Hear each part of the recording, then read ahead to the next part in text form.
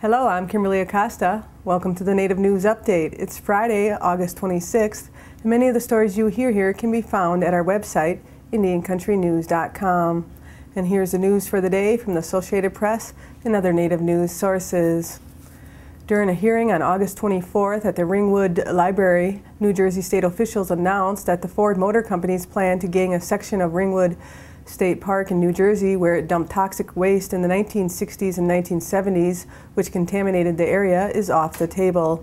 The New Jersey-based Edison Wetlands Association, which led the campaign to boost cleanup efforts for 7 years, launched a petition after learning that the Dearborn-based automaker was possibly looking to take over the contaminated Peters Mine before the U.S.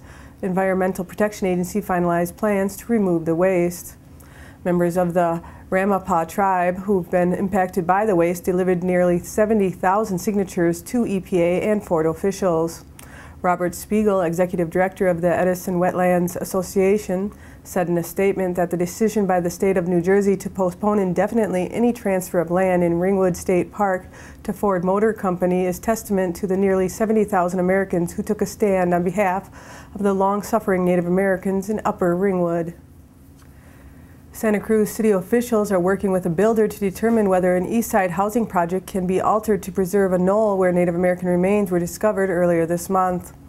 Vice Mayor Don Lane, who attended a private meeting August 22nd between city officials and KB Homes, said he believed the company would consider selling or setting aside the parcel where the remains were found, even though it is designated for the most premium home among 32 planned for the site. Lane's remarks came August 25th after 4 dozen demonstrators with the Save the Knoll campaign marched on City Hall calling for an end to construction near where bones, believed to be that of a Native American child, were found. Demonstrators presented a petition with more than 800 signatures of people who wanted the knoll protected. Although the City Council could not take any action because the issue was not on its agenda, several council members suggested they would push for a special session next week to consider solutions. City officials said it was not immediately clear whether the council has authority to stop the project, as KB Home owns the land and has city entitlements to build. Assistant Secretary for Aging, Kathy Greenlee, announced 2 new grants totaling $761,000 for the National Center on Elder Abuse, including first-time funding specifically dedicated to elder abuse prevention in Indian Country. A $561,000 award for the NCEA Information Clearinghouse goes to the University of California in Irvine, and a $200,000 award for the NCEA Native American Elder Justice Initiative goes to the University of North Dakota. The Native American Elder Justice Initiative will begin to address the lack of culturally appropriate information in community education materials on elder abuse, neglect, and exploitation in Indian Country. The Yakama Nation has been awarded a $430,000 Homeland Security grant from the federal government. The tribe was among several other tribes and agencies to share in $50 million in Homeland Security grants awarded in the state of Washington. The grants are to help strengthen tribes and other agencies against the threat of terrorist attacks. The Red Lake Reservation was once a sea of red and white pines, but tribal officials say the federal government mismanaged the forest starting in the early 1900s. The pines were never successfully replanted, and thick strands of less valuable aspen took their place.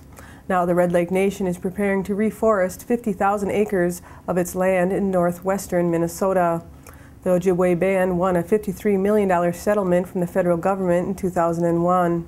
The tribe is using that money to grow its own pine seedlings. More than 250,000 seedlings will be planted next year. The tribe's goal is to reforest about 1,000 acres annually for the next 50 years. At the 2-year-old Red Lake Forest Development Center, a greenhouse holds the nursery's first big crop of pine seedlings. The facility will eventually produce 1 million pine trees a year. The tribe's lawsuit said the Federal Bureau of Indian Affairs allowed too much clear-cutting and sold the timber too cheaply to big loggers and timber barons. The tribe said it lost nearly $400 million in timber revenue over 80 years.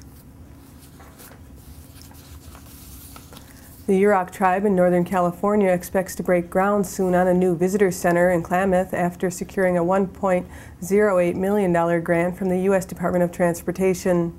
The money will be used to build a 2,500 square foot visitor center off Highway 101 that will highlight the culture of the Yurok and other tribes and provide general information about activities in Northern California.